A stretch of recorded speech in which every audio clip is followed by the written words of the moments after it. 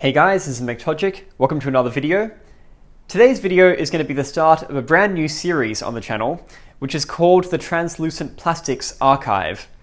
Now, over the past 2 years, I've been collecting these what are called translucent plastics items, and the first one I'm going to show to you today is the Kensington mouse. Now, a little bit of history about translucent plastics. Back in the late 90s and to the early 2000s, there was this trend in electronics where people wanted transparent and see-through products.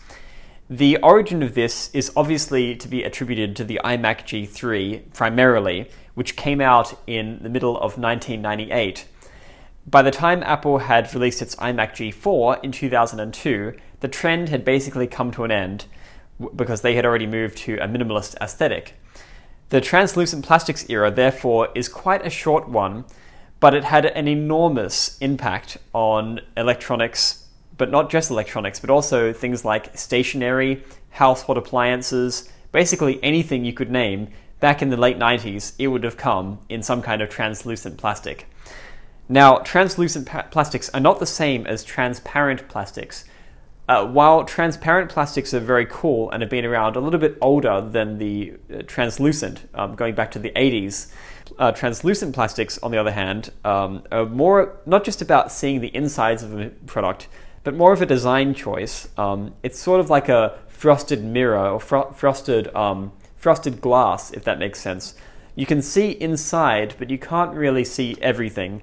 It's got this really nice, alluring appeal to it.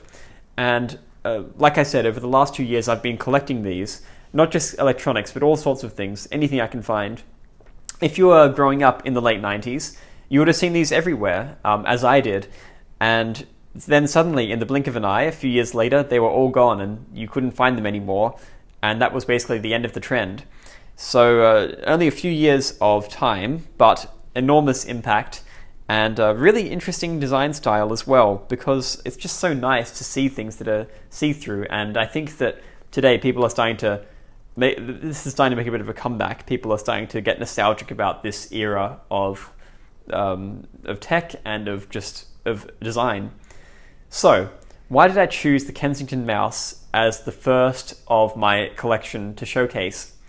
Well, this is because it has historical significance as well as some aesthetic significance, and there's a lot to talk about it. You see, you may have seen something like this, something just, in a clear shell with, sort of something that feels a bit old about it, and you may have just looked at it and just thought, whatever. But there's actually quite a lot to talk about here. The first thing to talk about is, of course, the plastic. So, this Kensington mouse was actually a reskin of an earlier model. The shape is exactly the same on an earlier model, except it would have been in beige. All computers back in the 90s were beige or black, usually beige. And so when the iMac came out, it was a revolution in design and aesthetics. And so companies realized suddenly that they couldn't just get away with making beige accessories for this iMac. But the people who bought these were obviously design conscious, and so companies had to start making products that would match the iMac. So the reason that this Kensington mouse was made is actually largely related to Apple's own mistake. They released with their iMac the puck mouse, as it's now known, the puck mouse being the hockey puck mouse, the Apple USB mouse. This is what it looks like, and it came in the color Bondi blue. As you can see, that was the original color of the puck mouse. Now, what's the problem with this mouse? It's round, and people hated that.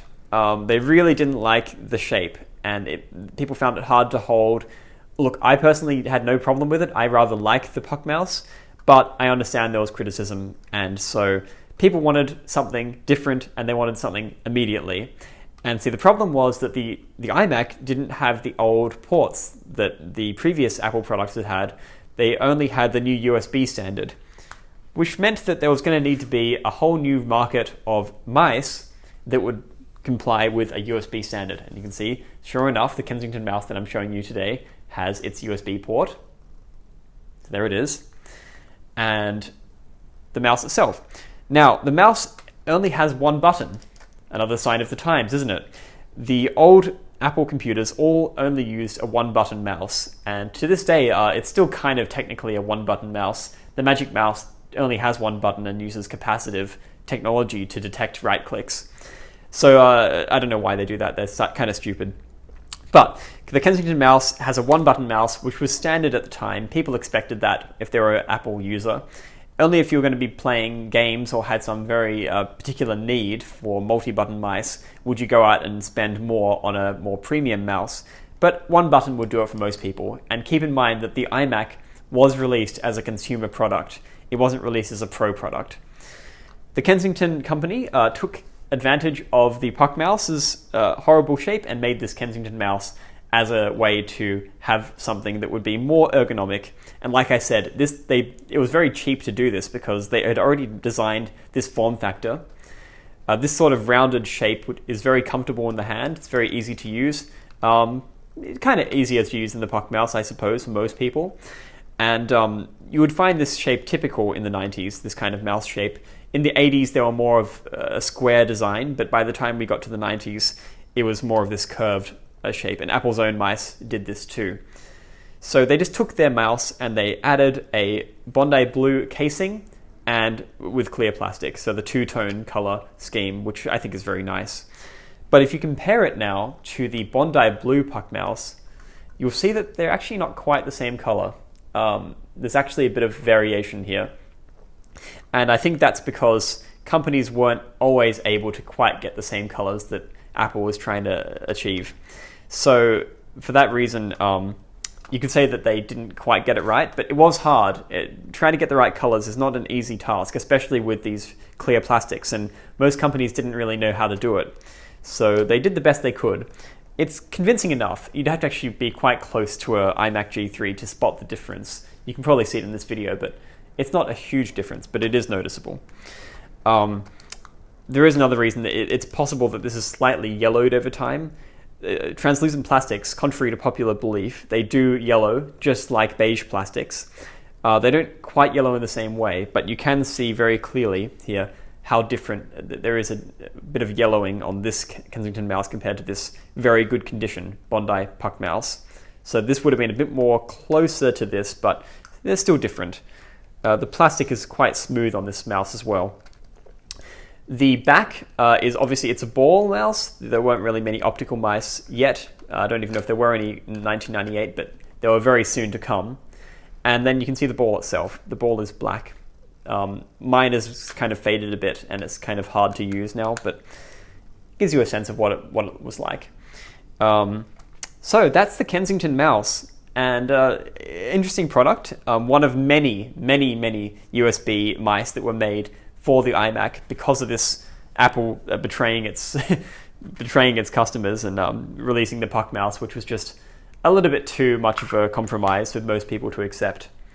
There's one other feature of the Kensington mouse I want to talk about before I close for today, and that is the cable.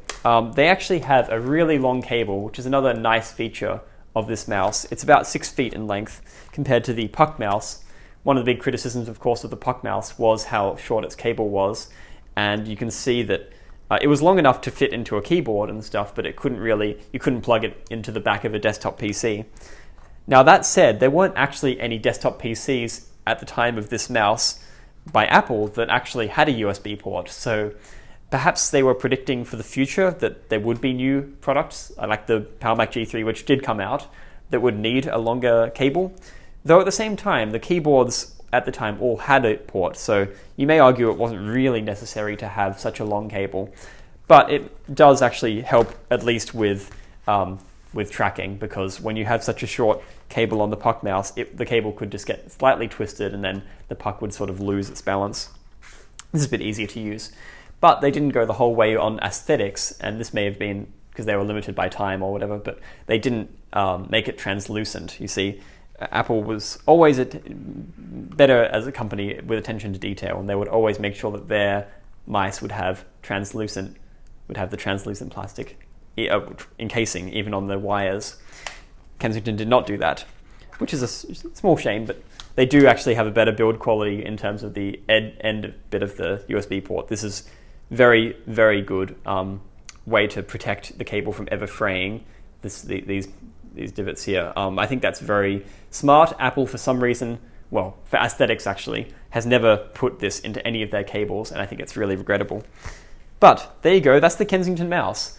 And if you want to view more of these translucent plastics archive, just keep watching the channel, because it's going to be in a playlist and there's going to be a lot more to see. So I hope you look forward to that, and I'll see you in the next video.